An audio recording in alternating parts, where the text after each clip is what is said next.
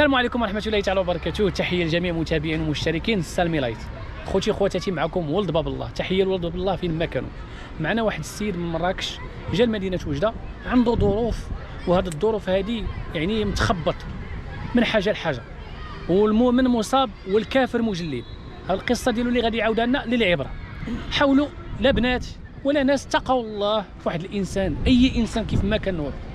راكم نتوما ما كتعرفوش اشنو موراه، شنو هما المعاناه، شنو هما الحباب، وشنو هما الاصدقاء. حاولوا تقوا الله في بعض، نتقوا الله في بعضياتنا. واحد الانسان الله اكبر، واحد الانسان نوقرو، ما قادرش نكمل معاه نوقرو، ما قادرش نزيد معاه لقدام نوقرو بلا ما ندمرو، لان الا ما دمرتوش هو غندمر الوالده ديالو والوالدين ديالو وخوتو كلشي غندمرهم معايا. الله اكبر. من بعد الاذان، مور الاذان ان شاء الله غادي تسمعوا القصه ديالو. والسلام عليكم. خوتي خواتاتي غادي نستضيفوا معنا الاخ هو اللي غادي يعاود لنا. السلام عليكم. السلام عليكم. كي داير بخير؟ تلاقيتك هنا بالصدفه كتفرج في هذا الدوري هذا ديال البراعم مدينه تاوريت، وانت تعيط لي وقلتي لي بغيتي تلعب. انت شحال في عمرك بعدا؟ عمر ديالي 21 سنه. شنو كنتي كتخدم قبل؟ عندي دبلوم فلاح. فلاح، ما شاء الله. انت سولتيني هذا السؤال من بعد قلتي لي بغيت نخرج للراي العام، عندي شي حويجات شي مشاكل. عاود لينا، عاود لخوتك المغاربه شنو واقع وكيفاش توصلتي لتاوريت انت من مراكش، اش جيتي دير هنا في تاوريت، وكيفاش انت بغيتي تلعب كره وانت الظروف ديالك يورث لها. قدم راسك وتفضل. بعد السلام عليكم. هي الاولى من واحد الناحيه، راه كما كنقولوا الكره كي اختارت الكره هنايا. انا غنجيكم من هذه ديال الكره عاد نعطيكم من بعد كيفاش وصلت لهنا. هذه ديال الكره انا اختاريتها حيت هي الحاجه الوحيده اللي كما كنقولوا من الصغر ديالي اللي كتنسيني في كاع الهموم اللي كتكون عندي. وهذه الرياضه مزيان. الرياضه حيت انا الرياضه راه الاب ديالي الله يرحمه كان نصحني بها، قال لي الرياضه اكد عليها 3 مرات، قال لي الرياضه ثم الرياضه ثم الرياضه. وبالنسبه لكيفاش توصلت لهنايا والسبب كيفاش توصلت لهنايا، اولا الخلاف اللي كان بيني وبين الخطيبه ديالي قبل ما يوقع هادشي كامل اللي غنعاود لكم. الخلاف اللي كان بيني وبين الخطيبه ديالي، كنت خاطبها كدا، مشيت عندها في المناسبه ديالها. انت في مراكش خاطب في مراكش خاطب في بلاصه اخرى؟ لا، خاطب في مدينه وجده. انت من مراكش خطبتي في وجده؟ اي. كيفاش تعرفتي على هذه السيده هذه؟ تعرفت عليها عن طريق مواقع التواصل الاجتماعي. شحال ديال المده وانتم متعارفين؟ مده ديال سنتين. انتم على تواصل؟ على تواصل. كيفاش مشيتي تديتي الوالده ديالك خطبات ولا غير انت مشيتي غير راسك؟ مشيت غير راسي في الاول، حيت شنو قالوا لي عائلتها، قالوا لي جيبي باش اجي نتايا باش نشوفوا الدريه واش باغا ولا ما باغاش. وهذه شفتيها؟ حيت انا من بعد انا جايكم شنو غيوقع، ما بغيتش نحرك الاحداث. شفتيها؟ تشوفنا انا والعائله ديالها، الاخت ديالها، بلا ما نذكر الاسماء بلا ما نذكر والو. دازت ديك المده مؤخرا في العيد الكبير اللي داز، عيد الاضحى. كنت مستافده منك ماديا؟ لا، انا ما عمري صرفت لها شي حاجه ماديا، لا ماديا. المهم داكشي اللي كما كنقولوا الا كانت خاصها تعبئه كانت خاصها تعبئه سميه، يعني التعبئه. المهم ماديا ما كنتيش كتفكر فيه؟ ما عمري صرفت لها شي حاجه ماديا انا، ما نكذبش. شحال في عمرها هي دابا عندها 18 حاليا. انا تعرفت عليها كانت باقا صغيره شويه، كانت باقا في الكاتريم انا تعرفت عليها. انت كيفاش شتي وحده قصير وكتهضر معها في التليفون؟ لا، حيت انا ديك الساعه ما خفتيش يعني راه قصير راسك؟ لا، حيت فاش كما كيقولوا نوايا المعقول راه غادي هادي. حنا نوينا معقول مع الناس اللي ناضجين، الناس اللي بعقلهم، الناس اللي قانونيين. لا، حنا نوينا المعقول. شحال كان باقي لها سنه وغادي تكمل زعما. انت واش كنتي عارف بان عندها 17 ولا ما كنتيش عارف كاع؟ لا، انا في الاول شنو قالت لي عندك، انا اللي في الاول فاش سولتها قالت لي عندك اكثر من 17. يعني هي اللي كذبت عليك؟ هي اللي كذبت في الاول. لقيتي راسك تعلقتي بها؟ لقيت راسي تعلقت بها. وكذا هذه فين وصلتوا؟ وصلنا للخطوبه هذه. هضرت مع عائلتها، قلت لها انا ناوي المعقول كذا هذه، واش نجي واش هذه. هضرت مع باها قال لي مرحبا بك جي. قال لي فين انت؟ قلت له انا في مراكش. قال لي مرحبا بك، ما بغيتي تجي لدار دارك. مشيت. هضرت مع الوالده ديك الساعه كانت باقا حيه. جيت عندها قلت لها الوالده، قالت لي نعم. قلت لها انا غادي لوجده. علاش؟ قلت لي ودي معك اختك ولا دي معك شي واحد من العائله باش يعرفوك انك بعائلتك، ما يصحابش فيهم شي واحد سوداء، يعني بلا ما عندكش عائله. قلت لها ما كاين لاش، انا غير راسي ان شاء الله غادي يكون خير. قلت لها حيت اصلا هما قالوا لي غير بغينا نشوفوك وصافي. يعني غير التعارف وصافي. غير تعارف يعني صافي. نعرف عائلتها. وفين وصلتوا؟ صافي جينا هكا وصلت جيت عندهم تلاقينا كدا هادي بقينا واحد المده. مره كنجي عنده في المناسبات، مره هادي مره هادي. كما قلت لكم اخر مره في العيد الكبير ديال هاد السنه قال لي الاب ديالها ان الدريه اختارت انها باغا تكمل قرايتها حيت هي دايره الطب. قال لي غادي تكمل قرايتها على برا والدريه كما كنقولوا هو كما قال لي باقا قاصره شويه وباقا ما كتفكرش دابا حاليا في الزواج وما هادي. رغم انني كانت عندي النمره ديال الاخت ديالها وهادي هضرت معاها في هذا الشيء باش نعرف انايا شنو قالت ليهم شنو هادي وشنو هادي.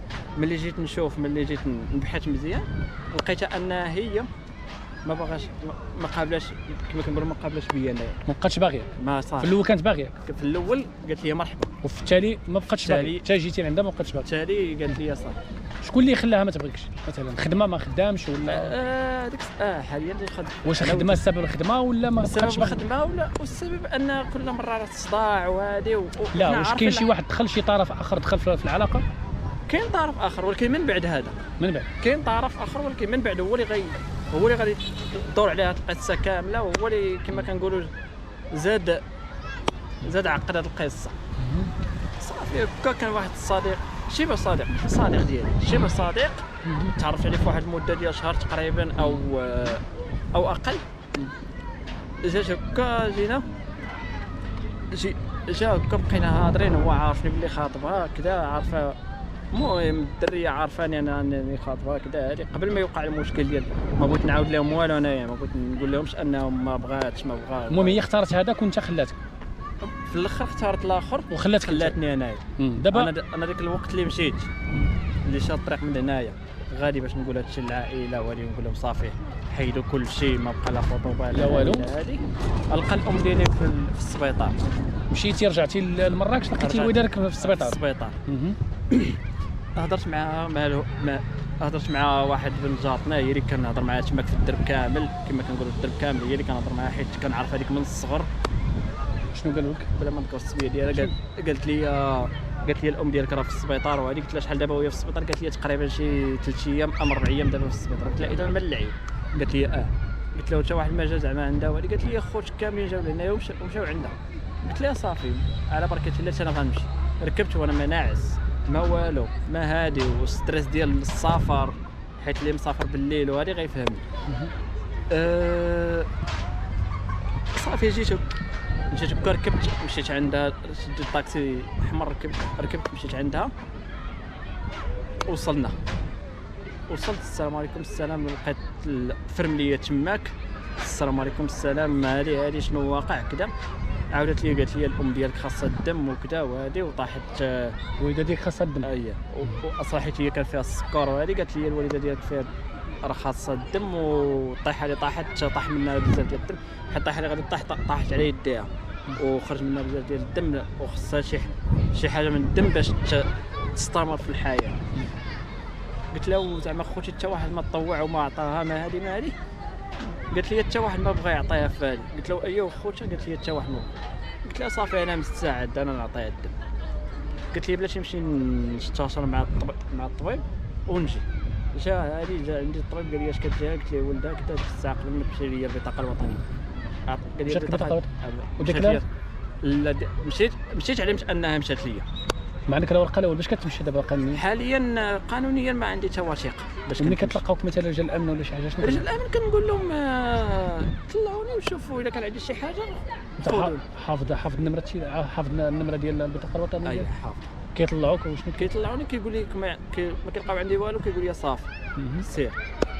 صافي دازت هذيك الوقيته هذه عطيتو لا كارت شاف كلشي شاف هذه ويقول لي صافي عطيه الدم. مشيت عطيتها الدم هذه ويرجع عندي الفرميه قالت لي ضروري خصو يتصفى حيت قال لي حتى انا باش ما نكذبش على الناس ما والو كانت عاطه شويه المخدرات وكذا. ماشي مخدرات شراب هي الكارد هي الشجار. جيت هكا قالت لي ضروري، حيت قلبنا خاصو ضروري. قالت لي كون كان مزيان الكره اليوم عطينا ليها. قلت لها دابا شنو؟ قالت لي خص ضروري يتصفى. صافي جيت هكا قلت لها مرحبا خذي راحتك انت تفهمي في هادشي ديري.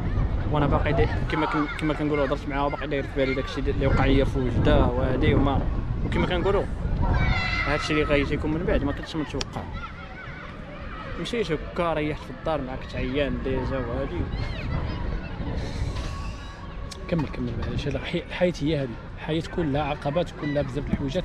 خصنا نستمروا بالعزيمه والاراده ان شاء الله. ربي معك. ونتمنى ان شاء الله من خوتنا المغاربه اللي غيشوفوا كل شي حاجه يقدر بعدا غير يواسيك، يقدر غير يتعاون. تفضل دابا انت غتولي ان شاء الله عارفين كل المغرب كامل ان شاء الله، ولكن نتمنى انه يتعاملوا معك. تفضل ان شاء الله. المهم قلت لك هي هذيك جيت هكا قالت لي الطبيبه هذه مشيت للدار تشكيت كدا هذه دازت الوقت. لغت لي في الصباح قالت لي الصباح خصك تجي ضروري تحضر باش نعطيوها الدم باش الا فاقت. هي هذيك ما فاقتش هذه. انا معاك كنت عيان وما مشيت من السبيطار حتى شي 10 ديال الليل ولا 11 ديال الليل تقريبا ما فقتش بكري. ديك الساعه باقي عندي التليفون. دابا التليفون بعته حاليا كيصوني لي التليفون، انا باقي ناعس. صوني لي التليفون الو السلام عليكم كذا. لقيت الاخت ديالي الو السلام، قالت لي فين؟ قلت لها راني في الدار. قالت لي فين انت؟ اجي دابا. قلت لها علاش اش واقع؟ قالت لي اجي وغتعرف اش واقع.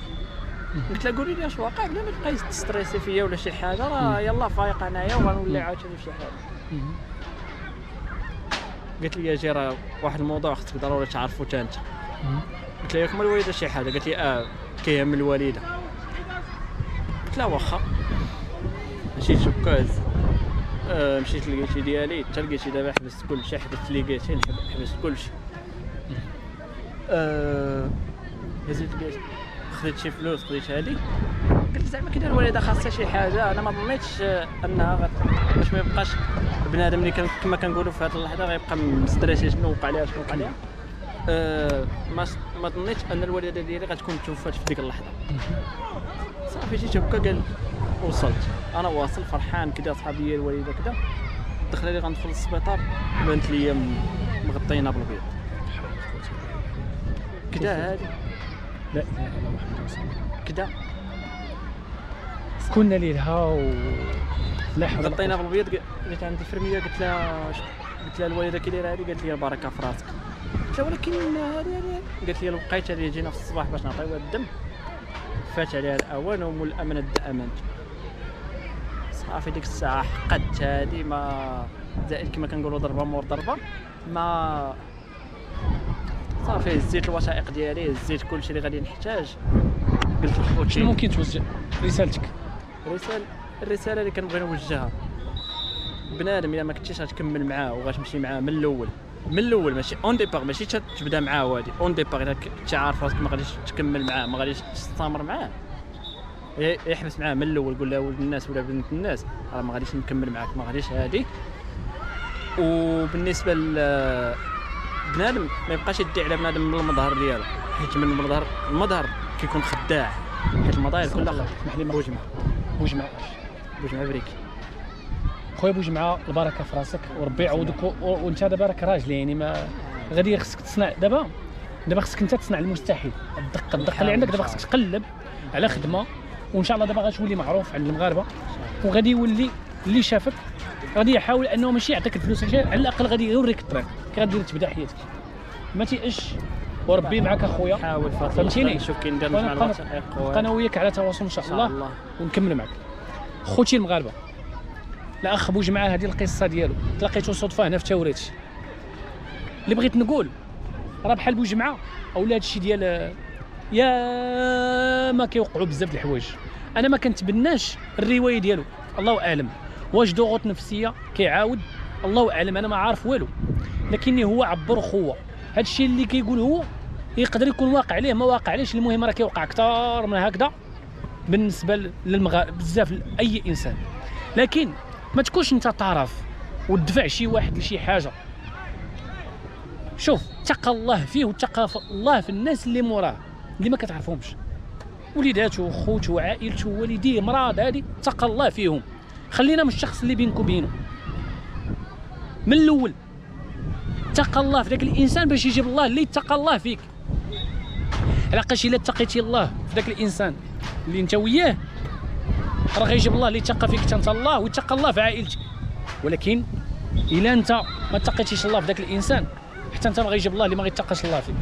بالنسبه للروايه ديال بوجمعه انا ما كنتبناهاش، علاش؟ لان ما كنعرفوش، وبزاف ديال الناس مساكين في الشوارع عندهم ضغوط نفسيه بزاف ديال الحوايج.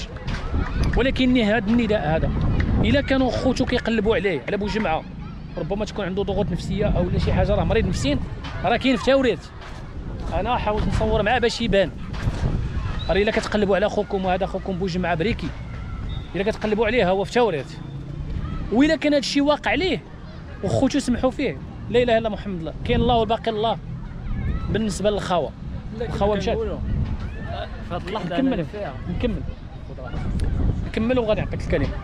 الخاوه حد هاد الدنيا، وإلا وصلت الخاوه لهذا الحد هذا كاين الله والباقي الله.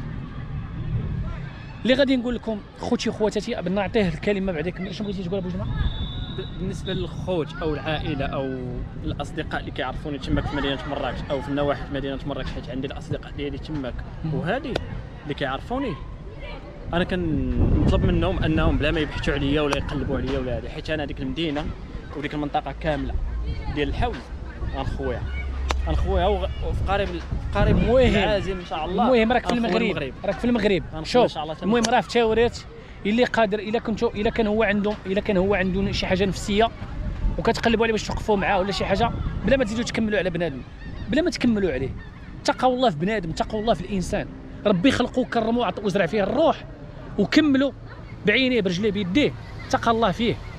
على الاقل ما بغيتيش تنفعوا ما تضروش، ما غاديش تضروا، تضر الناس بزاف. لهذا كان معكم خوكم السالمي لايت، ولد باب الله. تحيه لخوتي ولاد بالله فين ما كانوا، والله يدير شي تاويل ديال الخير.